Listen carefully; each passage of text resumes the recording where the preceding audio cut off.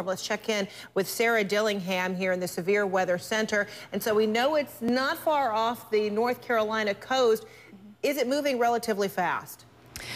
Yeah, well, Frederica, we've got the latest advisory in from the National Hurricane Center, and Sandy is still a hurricane in the 2 p.m. advisory. Take a look at this, winds at 75 miles per hour. Now, you asked about the forward movement of the storm. We're still holding about northeast at 14 miles per hour because that ridge of high pressure that's centered out here in the Atlantic is really going to push Sandy up. And this low pressure center is going to start to draw Sandy in over the next 24 hours. So we could see the forward motion of Sandy speed up a little bit as we go through on out the day today and into tomorrow, right before it slams into the northeastern coast. So taking a look at the latest track of Sandy, we'll still have it as a Category 1 hurricane, even through Monday morning at around 8 a.m., winds of 80 miles per hour.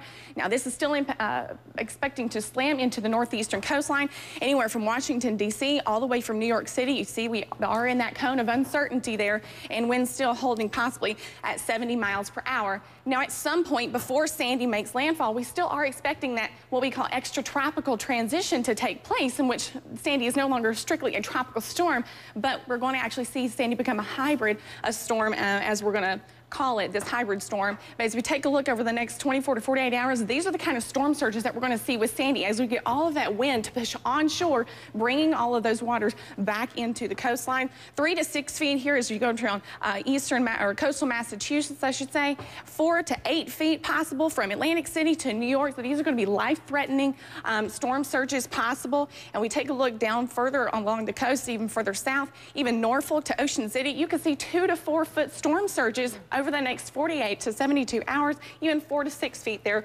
along the outer banks of coastal Carolinas.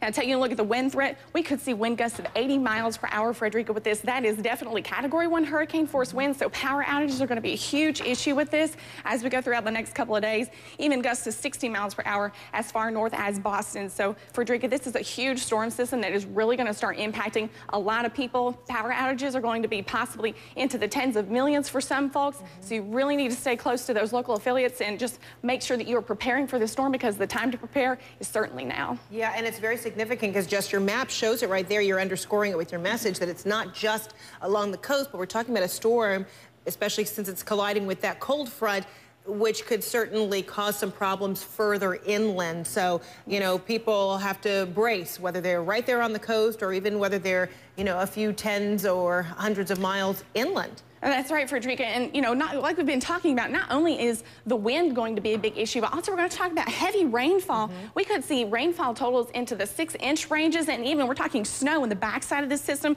Proportions along the Appalachians, you could see record-breaking snowfalls anywhere from 6 to 10 inches. Some of the earlier model forecasts were showing possibly higher amounts. So this is a very broad storm that are going to affect a lot of people over the next several days. So you really need to pay attention to this one. Sarah Dillingham, thanks so much. Appreciate that. We'll check back with you momentarily. So let's zero in on the area that Sarah was talking about, that Delmarva Peninsula, Delaware, Maryland, Virginia, that area.